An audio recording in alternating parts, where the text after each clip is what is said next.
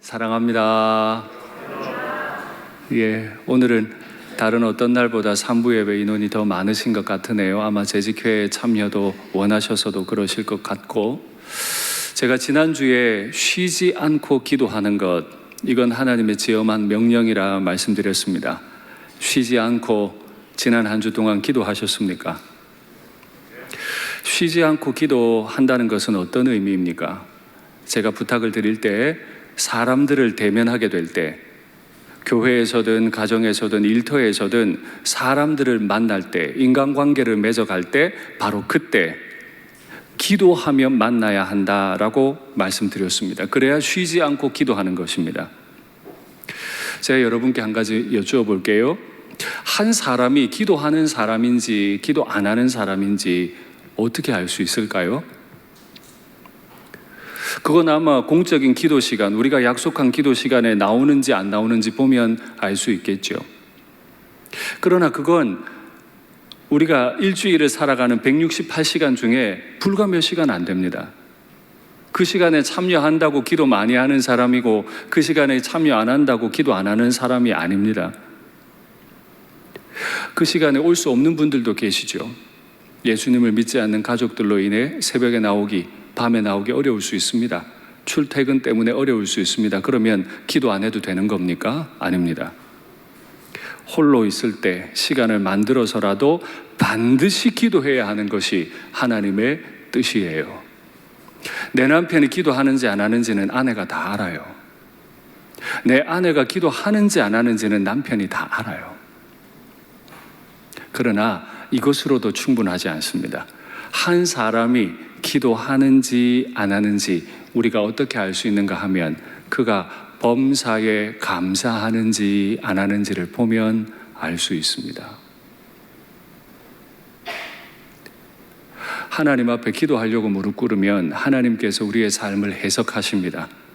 왜 그 사람을 내 옆에 두셨는지, 우리가 지금 5주째인데 5주째 말씀을 받고 있는데 왜 우리 목사님이 지금 그 자리에 계신지, 왜 우리 장로님들께서 그 자리에 계신지, 왜 내 믿음의 동역자들이 지금 내 옆에 있는지 해석하시는 거죠. 왜 내 아내가 지금 내 아내가 되었는지, 왜 내가 그 직장에 있어야 하는지, 이걸 기도 시간에 하나님이 알려주세요. 그러면 마음속에 원망이 있다가도 감사의 제목으로 바뀌죠. 그래서 쉬지 않고 기도하는 사람은 범사라고 하는 시공간 속에서 감사할 수 있게 됩니다. 그러니 그의 입술에 감사가 많은지 불평과 비판이 많은지를 보면 그 사람이 진짜 기도하는 사람인지, 기도하는 자리에 와서 흉내만 내고 있는 사람인지 알 수 있습니다. 항상 기뻐하라라는 말씀을 오해 많이 한다고 말씀드렸는데, 범사에 감사라는 말씀도 오해 되게 많이 합니다. 지금 감사가 안 되는 어떤 이유가 있어요. 그래서 마음에 분노가 치밀어 올라요. 막 좌절감이 와요. 그런데도 감사하라고 했으니까 그냥 감사해야지 뭐. 우리 주님 그런 분 아니세요. 우리 주님을 율법적인 분으로 만들지 마세요. 우리 주님은 우리를 자유로 부르셨어요. 우리의 감정을 다 아세요. 우리가 얼마나 힘들고 어려운지도 아세요. 데살로니가 교회가 큰 박해 가운데 있었다고 말씀드렸잖아요. 예수님 믿는다는 걸 드러내는 순간에 그는 일터를 잃어요. 내가 예수쟁이라는 걸 밝히는 순간에 유대인 공동체에서 내가 집 짓고 살던 곳에서 쫓겨나요. 어떻게 감사해요? 그런데도 이 녀석, 너 감사해야지. 쫓겨나서 감사, 직장 잃어 감사, 목숨 잃어 감사, 네 남편이 죽어서 감사. 이게 주의 뜻이라고요? 아닙니다.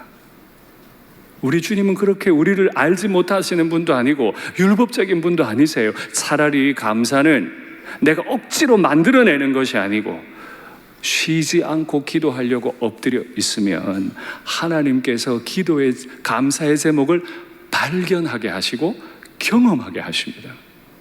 예전에 감사할 수 없었는데 기도하다 보니 이게 감사로 바뀌는 거지. 내가 억지로 그래도 감사합니다. 이건 율법이에요. 하기 싫은데 억지로 만드는 건 율법이에요. 그러니까 주님께서 기도하라고 말씀하시잖아요. 뭘 보면 안다고요? 기도하는 걸. 기도하는 걸 어떻게 한다고요? 감사하는 걸 보면 알아요. 이 감사하다라고 하는 히브리어 단어, 유대인들은 이 감사하다라는 단어를 야다라는 단어를 썼습니다. 근데 이 야다라는 단어의 1번 의미는 알다라는 뜻입니다. 야다, 예전에 제가 한번 말씀드린 적이 있습니다. 1번 의미가 알다예요. 2번 의미가 감사하다예요. 하나님을 알면 하나님에 대한 감사가 넘칩니다.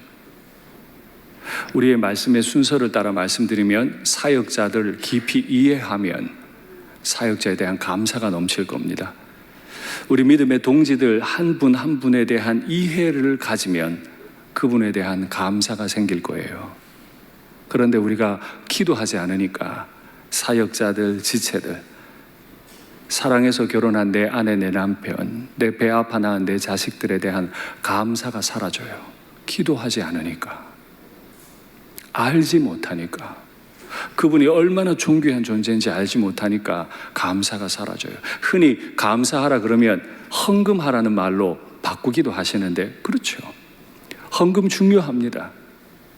내 마음이 있는 곳에 너의 물질도 있을 거다. 주님 앞에 감사하는 마음이 많을수록 내가 드릴 수 있는 최선의 예물을 드릴 겁니다. 그러나 사람마다 경제력의 차이가 있습니다. 그래서 동일한 금액으로 감사헌금 할 수 없습니다. 그러나 동일한 금액으로 감사헌금 할 수 없다고 해서 감사의 밀도가, 감사의 깊이가 차이가 나면 안 됩니다. 우리를 구원하신 하나님에 대한 감사의 밀도는 담임 목사나 성도나 동일하게 깊고 열정적이라야 맞겠지요. 감사 헌금의 금액은 차이가 얼마든 날 수 있습니다. 그러나 감사하는 마음은 차이가 나면 안 되겠죠. 오늘 더 깊이 들어가기 전에 복습하죠. 여태까지 공부한 거 잊으시면 안 됩니다. 다시 복습하겠습니다. 하던 대로 해보죠. 하나님의 뜻 첫 번째, 사역자와의 관계에 대하여. 잘 기억하시면서 외우셔야 돼요. 감사하라 그러잖아요. 이게 대인관계 첫 번째예요. 두 번째, 하나님의 뜻 두 번째, 지체들과의 관계에 대하여.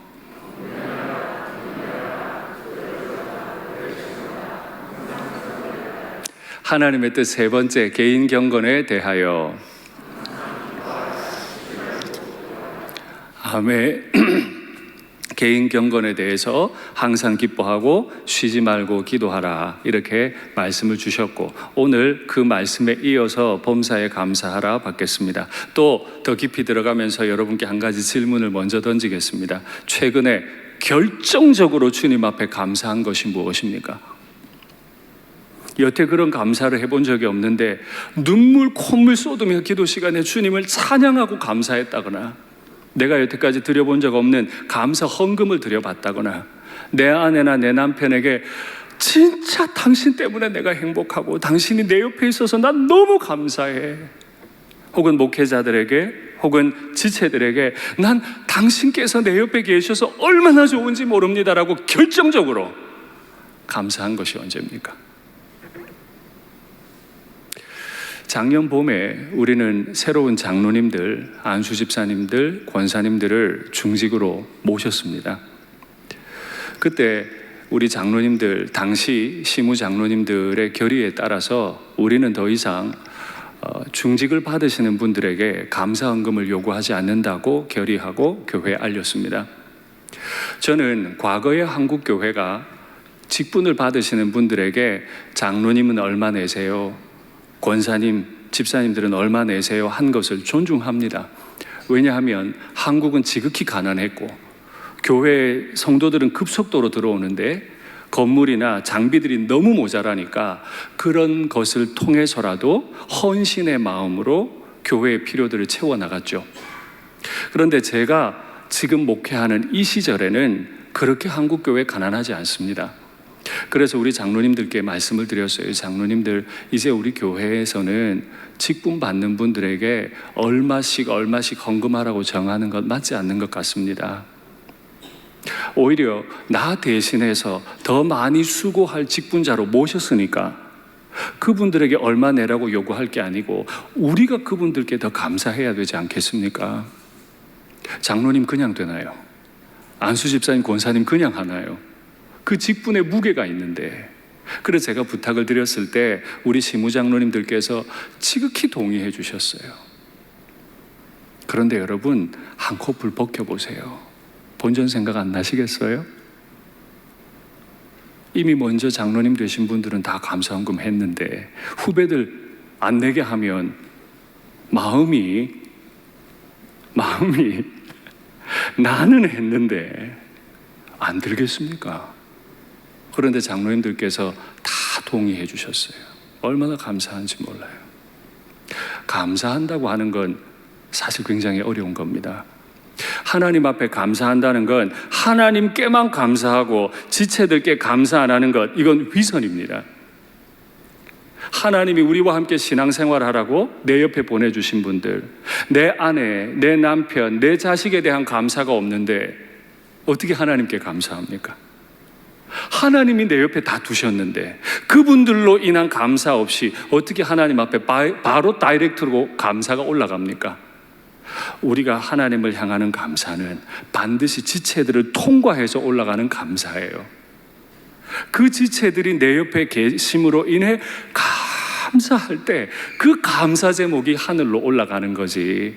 지체들과는 다투고 남편과 아내는 다투면서 감사한 것 많이 한다고 하나님이 기뻐 받으시면 그 하나님은 진실된 하나님이 아니실 겁니다. 그러므로 꼭 기억하십시오. 우리의 감사는 늘 지체들과 함께 가는 겁니다. 그런데요, 사람이 살다 보면 참 다양한 생각이 있고 감사하기가 힘들 때 있잖아요. 교회 생활도 늘 마찬가지이고 도시교회는 특히 더 그렇다고 제가 말씀드렸습니다. 왜 일산교회 담임 목사는 설교하기 전부터 광고부터 하냐? 저한테 건의하신 분도 계세요. 참 다양한 의견들을 저한테 주시거든요. 의견 주실 수는 있어요. 그러나 또 존중도 해주셔야 합니다. 이분이 이렇게 말하면 이리 따라갔다가 저분이 저렇게 말하면 또 저리 따라갔다가 그럴 수 없잖아요. 정말 다양한 사람들이 신앙생활을 하는 가운데 있기 때문에 우리가 늘 조심해야 되는데 이게 얼마나 어려운 일인지 예를 들어 드리겠습니다. 예전에 한번 예를 들었던 로마서 14장 본문이긴 한데요, 조금 다른 본문으로 옮겨갑니다.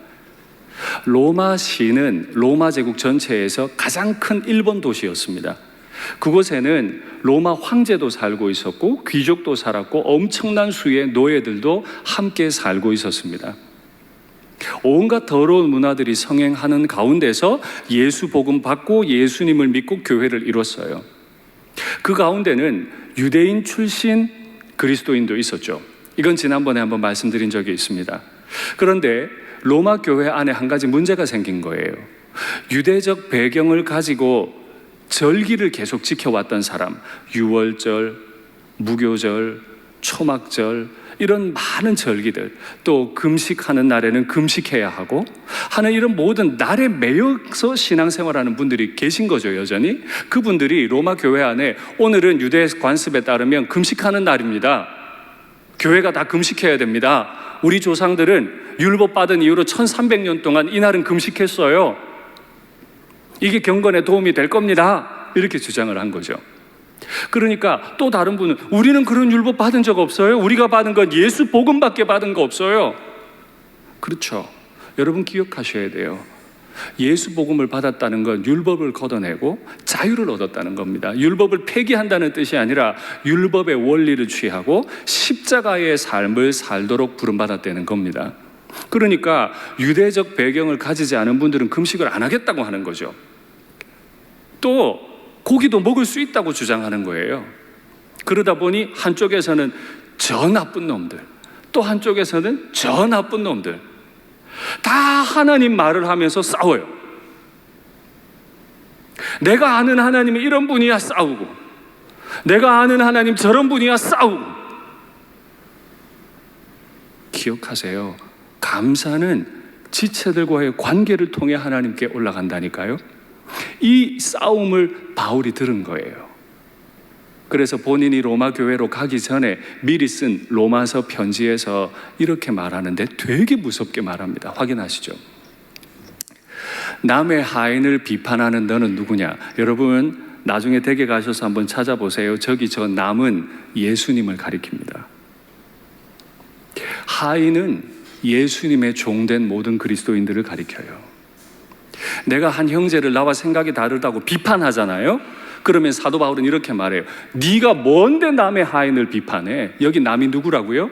예수님. 내가 형제를 비판하는 순간 나는 예수님의 종이 아닌 걸로 떨어져 나와버려요. 저게 바울의 화법이에요. 얼마나 무서워요. 함부로 아내를 비난하지 마세요. 함부로 남편을 비난하지 마시고 함부로 교회 지체들을 정죄하시면 큰일 납니다. 그 순간 나는 주의 종이 아닌 자리로 떨어져 나가버려요. 남의 하인을 비판하는 너는 누구냐? 그가 서 있는 것이나 넘어지는 것이 자기 주인에게 있음에 예수님이 알아서 하실 거라는 거예요. 그가 세움을 받으리니 이는 그를 세우시는 권능 주께 있습니다. 나와 생각이 좀 다른 그 사람, 나와 성품이 좀 다른 그 사람 누가 내 옆에 두셨다고요? 어디서 굴러 들어온 게 아니고 주님이 내 옆에 세우셨다. 할렐루야. 이걸 꼭 기억하셔야죠. 남의 하인을 비판하는 너는 도대체 누구냐? 교회 안에서 큰 소리 내는 너는 누구냐? 네 아내, 네 남편을 무시하는 너는 누구냐? 대답하셔야 돼요. 무섭죠? 범사에 감사하라는 말처럼 오해 많이 받는 말이 또 있을까요? 지체들, 형제들끼리는 싸우고 부모님께 감사. 그 감사가 어떻게 감사해? 주님이 피로 값주고 사신 교회에서는 큰 소리 내면서 주님께 감사? 그것이 어떻게 주님께 감사해요? 이어서 바울의 말을 들어보시죠. 나를 중히 여기는 자도 금식의 날 또 여러 절기들 이 나를 중히 여기는 자도 주를 위하여 중히 여기고 먹는 자도 주를 위하여 먹으니 이는 하나님께 감사하며 먹지 않는 자도 주를 위하여 먹지 아니하며 하나님께 감사하느니라. 우리 중에 누구든지, 저 누구든지가 누구예요? 금식하겠다는 사람, 안 하겠다는 사람, 절기 지키겠다는 사람, 안 지키겠다는 사람, 고기를 먹어도 된다는 사람, 안 된다는 사람, 우리 중에 누구든지 모두는 자기를 위하여 사는 자가 없고 먹어도 주를 위해, 안 먹어도 주를 위해. 죽는 자도 없도다. 우리가 살아도 주를 위하여 살고 죽어도 주를 위하여. 저기 죽어도 주를 위하여 해도 노란색 들어가야 되는데 죽나니 그러므로 사나 죽으나 우리가 주의 것이로다. 제가 하나 노란색을 빠뜨렸네요. 교회 안에서 다 주를 위해 한다고 말해요. 그런데 다퉈요. 그 형제가 내 옆에 있음으로 인해 감사는 없고 다 주를 위해 말해요. 그건 주를 위한 것 아닙니다.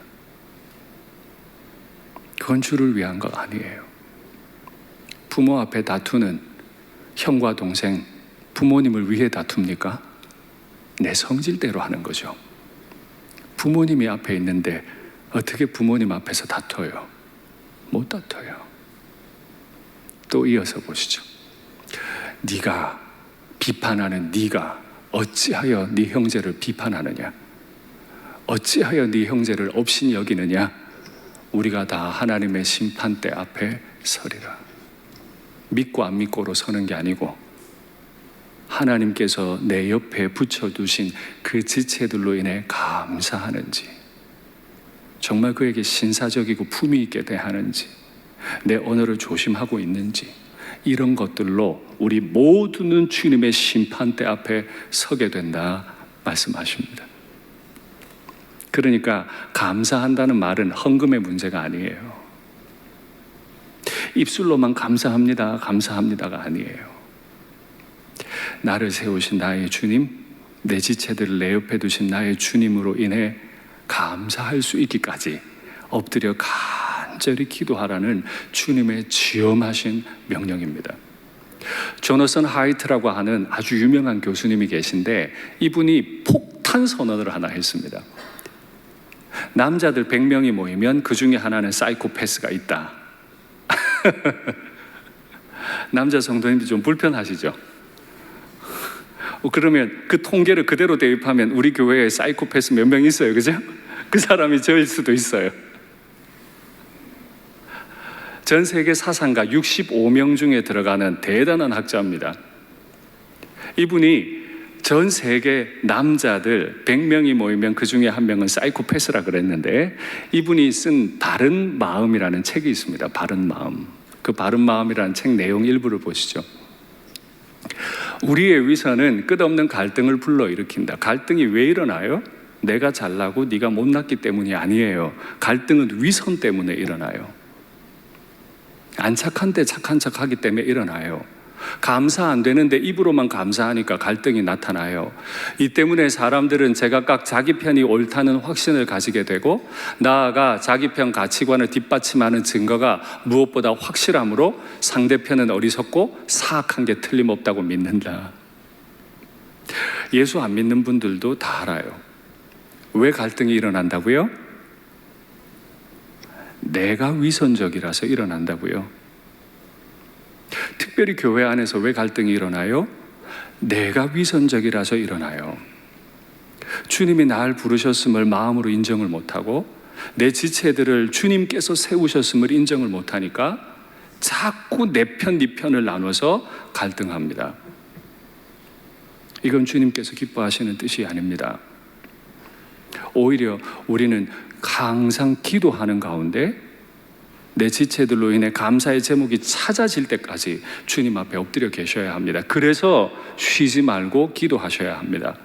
지난번에 말씀드릴 때 바울이 교인들에게 너희는 오래 참으라, 이 참다라고 하는 헬라어 단어 뜻이 뭐라 그랬죠? 고통당하다 하는 뜻이라고요. 역설이죠. 교회 다니려면 마음에 각오를 하나 해야 돼요. 교회 와서 평안 얻을 생각하지 마시고 교회에서는 고통당할 생각을 하세요. 나와 다른 사람을 참아내려고 고통당할 생각하세요. 그게 주의 뜻이에요. 다른 게 주의 뜻이 아니에요. 그게 우리를 향하신 주님의 뜻이라고요. 존 맥스웰이라고 세계적인 크리스천 리더십 이론가가 있죠. 아마 여러분들께서도 책 한두 권 읽어보셨을 수 있는데 그 책의 내용 한번 보시겠어요? 나는 받을 자격도 없고 얼마 수고하지 않았는데도 받은 게 정말 많다. 담임 목사가 내가 뭐가 탁월하고 뭐가 탁월해서 내가 담임이 됐고 내가 탁월해서 이런 결과가 왔어. 장로님들께서 내가 이런 일들을 하고 있기 때문에 내가 장로가 됐고 내가 앞으로도 이런 장로가 될 거야 라고 하면 안 된다는 거예요. 나는 받을 자격도 없고 이 자리에 있을 자격도 없고 얼마 수고한 것도 없는데도 받은 게 너무 많구나. 누군가가 대신 대가를 지불했기 때문이다. 정말로 감사하다. 어떻게 감사를 표현해야 할까? 감사는 표현돼야 되죠. 날마다 다른 사람들에게 내가 가진 것을 쏟아부어 그들이 나보다 더 큰 성취를 맛보도록 하면 된다. 하나님께 감사헌금 드리라는 얘기가 아니잖아요. 보세요, 그죠? 진짜 감사는 어떻게 하는 거라고요? 내가 하나님께서 내게 주신 것으로 확인되는 그것을 내 다음 사람들에게 쏟아부어 주라는 거예요. 애정을 가지고 우리 다음 세대들, 애정을 가지고 나와 생각이 다른 내 지체들과 관계 맺는데 다 쏟아부어주면 그게 진짜 감사라는 거죠. 우리 모든 것을 가지신 하나님은 우리가 그렇게 화목하게 지내면 일상교회는 감사헌금 액수가 줄어들더라도 일상교회는 진짜 감사할 줄 아는 교회구나 칭찬하실 거예요. 헌금은 내는데 지체들에게 쏟아부어주는 사랑이 없으면, 나랑 친한 사람들 몇몇한테만 쏟아부어준다면 주님께서 그건 위선이라고 말씀하실 거예요. 성공의 척도는 자신을 섬기는 사람의 수가 아니라 자신이 섬기는 사람의 수다. 우리가 진짜 성공적인 신앙생활을 하고 있다 기준이 뭐라고요? 날 따르는 사람이 얼마나 있나? 누가 내 편인가? 큰일 납니다. 너는 누구냐 물으실 거예요. 오히려 제가 나와 다른 사람들, 다툴 만한 그런 사람들에게 가까이 가서 더 많이 섬기려고 애를 쓰면 그게 진짜 성공한 그리스도인이라는 거죠. 저는 확신합니다. 그리스도인들은 신사적이라야 합니다. 그리스도인들은 품위가 있어야 돼요. 말 한마디 할 때도 신사적이고 품위가 있어야 해요. 여보, 밥 가져와. 신사적이지 않아요. 요즘 뭐 대한민국 남자들 중에 이렇게 강큰 남자는 없죠, 뭐. 좀 더 정중하게, 조금 더 부드럽게, 조금 더 신사적이고 품위 있게 말하고 행동하는 것이 감사하는 것이죠. 우리 한국교회에 이 감사가 넘쳤던 분 이야기를 전해드리고 오늘 말씀을 마치려고 합니다. 19세기 말에 경남 남해에 이자익이라고 하는 한 아이가 태어났습니다. 3살 때 아버지를 잃었고 6살 때 어머니를 잃습니다. 19세기 말이니까 우리나라가 얼마나 어려울 때입니까? 그때 조실 부모 했으니까 얘는 거의 거지예요. 남해에 있던 그 아기가 더 이상 살 수 없어서 걷고 돌아다니며 거지짓을 하다가 전라도 김제까지 간 거예요. 멀리 갔죠? 요즘같이 차도 없는데 김제까지 갔더니 큰 부잣집이 하나 있었어요. 그 동네, 그 김제에서 가장 큰 부자, 그 주인의 이름은 조덕삼입니다. 그 아이가 조덕삼 씨 집에 들어가서 노비가 돼요. 먹고 살아야 되니까. 그러니까 주로 했던 일은 그 주인이 행차할 때 이렇게 말을 태우는 마부 역할을 하는 노비였습니다. 그런데 그 동네에 테이트라고 하는 남장로교 목사님이 들어오셔서 복음을 전했어요. 근데 공교롭게도 이 주인 조덕삼과 이 노비 이자익이 함께 복음을 받고 그리스도인이 됐어요. 근데 이 조덕삼 씨는 재산이 김제 1등이잖아요. 그러니까 돈이 너무 많으니까 자신의 재산을 다 내서 예배당을 만들었어요. 그 교회 이름이 금산교회입니다. 금산교회라고 금산에 있는 게 아닙니다. 김제에 있는 금산교회. 1900년에 세워졌습니다. 아이고 제가 지금 헷갈립니다. 100년 전이면 언제죠? 맞아요. 1900년. 1900년에 세워졌어요. 대단한 교회입니다. 우리 교회보다 역사가 훨씬 더 오래되죠. 그리고는 교회가 이제 성도가 늘고 안정이 되니까 장로 투표를 한 거예요. 그런데 선교사님도 놀라고 성도들도 놀랄 투표 결과가 나왔어요.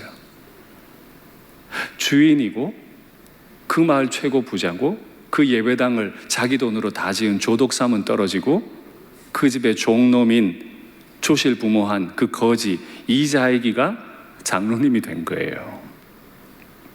여러분 지금 마음으로 들으시면 안 됩니다. 내 노비예요. 근데 얘가 교회 장로님이 되고 내가 헌금 엄청 했는데 난 안 된 거예요. 그래서 한국 교회에서 책을 읽어보면 그 선교사님이 너무 걱정을 했다는 거예요. 이게 어떻게 될 건가 앞으로.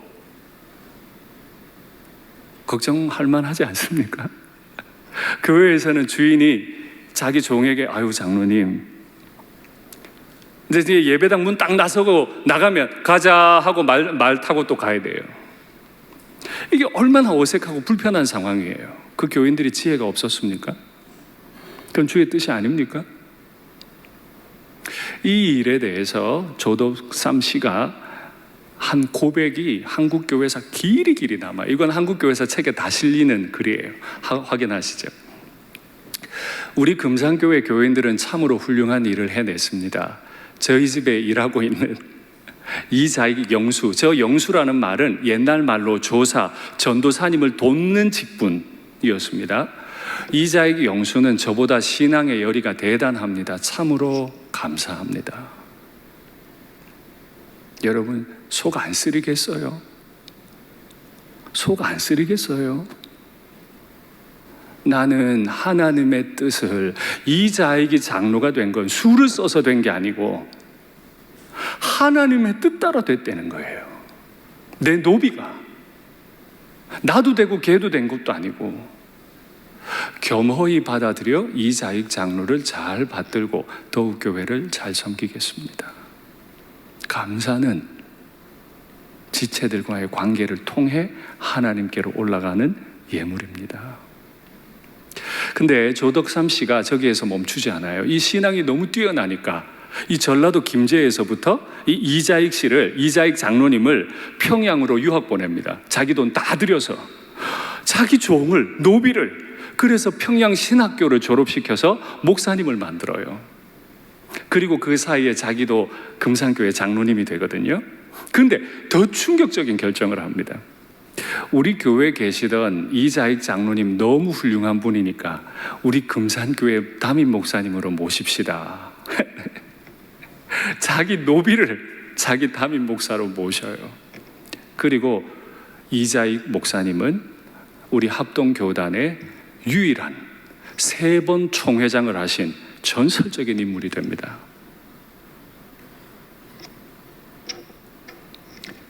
가장 진실된 감사를 드린 한 분의 그 감사가 한국 교회사를 바꿨습니다. 우리 그런 감사 있습니까?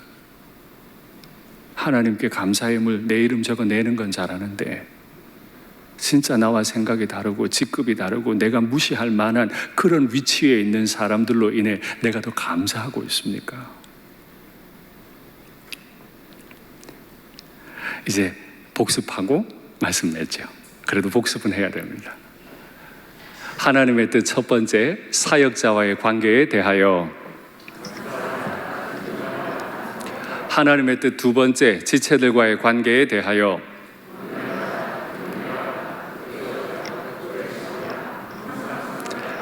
하나님의 뜻 세 번째, 개인 경건에 대하여. 범사에 감사하라. 아멘. 말씀을 맺겠습니다. 하나님께 감사하십니까? 그 감사는 반드시 지체들을 통과해서 하나님께로 올라가야 합니다. 하나님께만 감사하는 건 나와 생각이 다르고 나보다 좀 못나 보이는 지체들에게 폭력이 될 수 있습니다. 나는 이만큼 감사했는데 너는 얼마나 감사했어? 우리 때는 이만큼 감사했는데 네 때는 얼마나 감사했어? 이건 폭력입니다.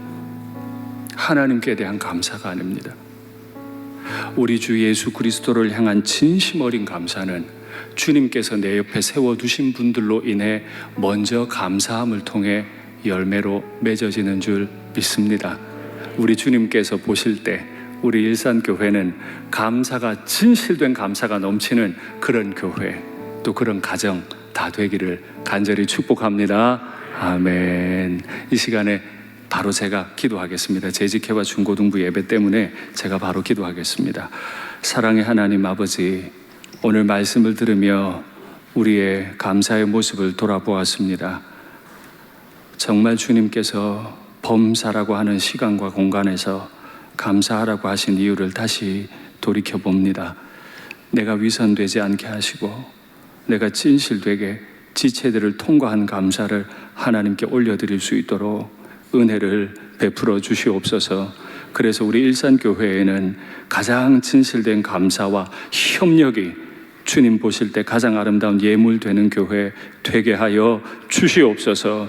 우리 일산교회에 속한 모든 가족들은 주 안에서 화목하고 행복할 수 있도록 복을 주시옵소서. 주 예수님 이름으로 기도하옵나이다. 아멘.